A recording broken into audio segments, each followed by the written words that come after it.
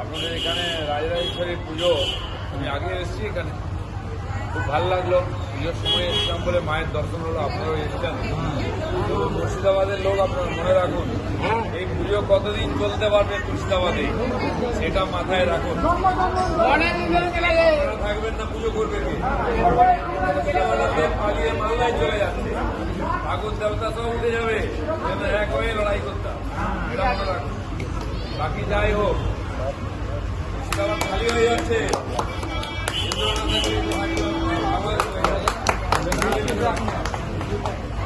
জয়